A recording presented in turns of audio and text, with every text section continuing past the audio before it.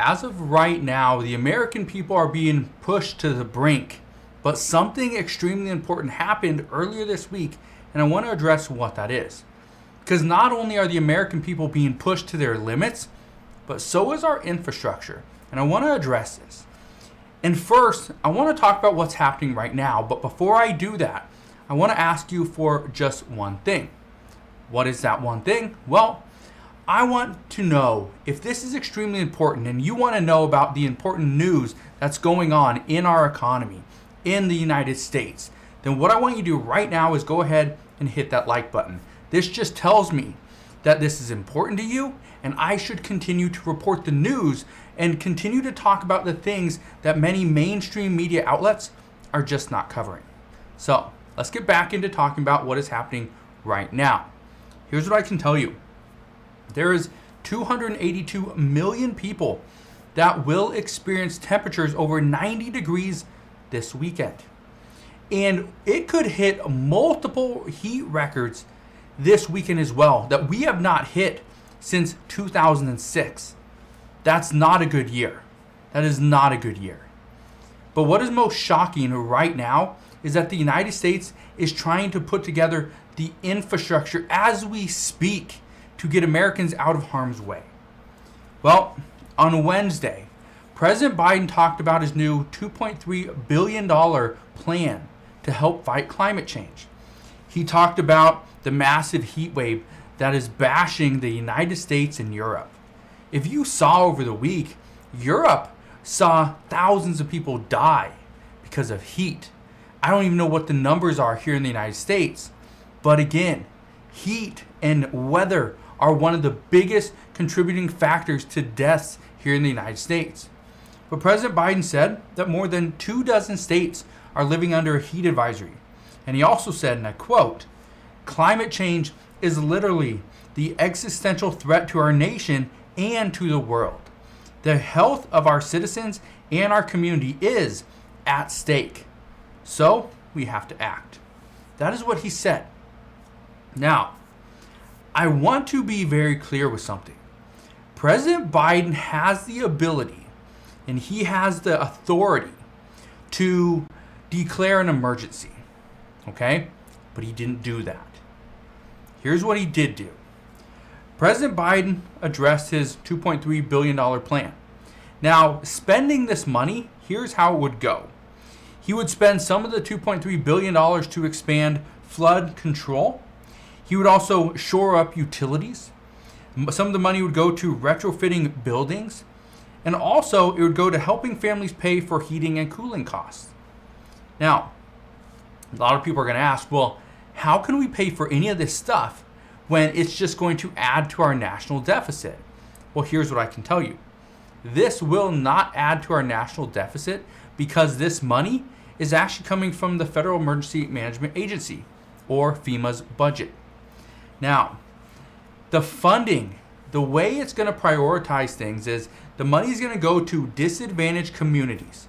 If you live in a community that doesn't have a lot of resources, chances are you're going to start to get some money. This is also going to include $385 million to help states fund air conditioning units in homes, but also in cooling centers. And I addressed this earlier on this week, and I talked about how if you are seeing that in your area it's just really hot, you have nowhere to go find a cooling center. And I remember, I think it was last year or maybe the year before, it was probably 2 years ago, but in the Seattle, Washington area, there were many cooling centers, many. You could go into certain stadiums and it would just be nice and ice cold. Feel really good because many people didn't have air conditioning. Well, I want you to look out for some of this because what we're going to see right now, and you probably saw this, Thursday and even earlier today, is you probably saw that there were cooling centers in your area. If you don't have an air conditioner and it's very hot, consider going to a cooling center just for a little bit of time to cool your body down. Now, what I can tell you is that President Biden has been talking a lot about climate change.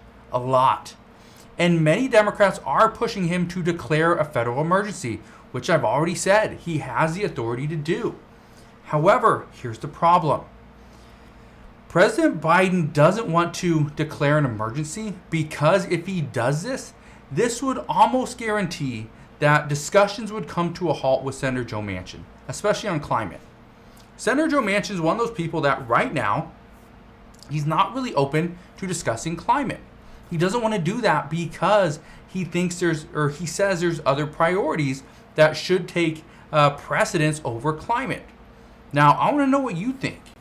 Do you think lowering prescription drug prices should come before climate or after?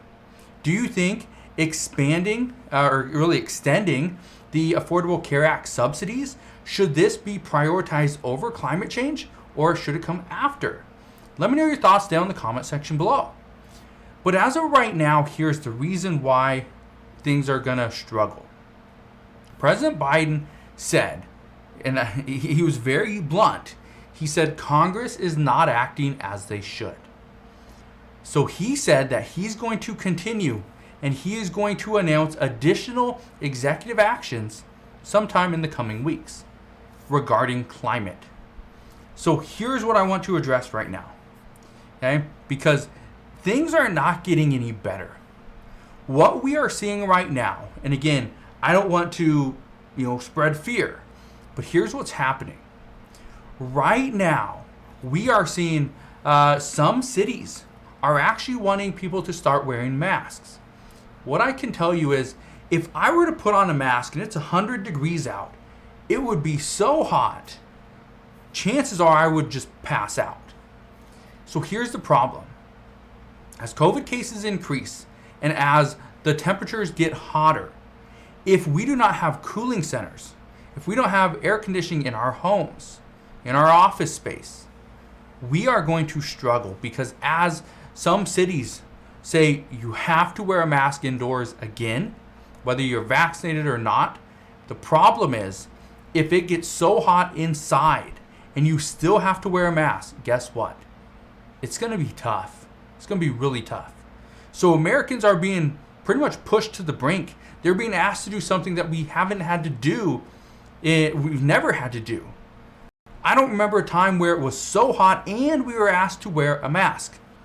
Do you? Let me know down in the comment section below. Because according to meteorologists, they're saying this year is going to be the hottest year on record. Hottest year. Guess what? We are just now getting into the hottest months. Some are saying the end of July and August will be the hottest months on record. Some are even going on record and saying that the beginning part of September will also beat some records. That's not good, but that's what's happening right now. So here's a little piece of advice that I have for you guys. If you can, make sure you're drinking a lot of water. Drink a lot of water.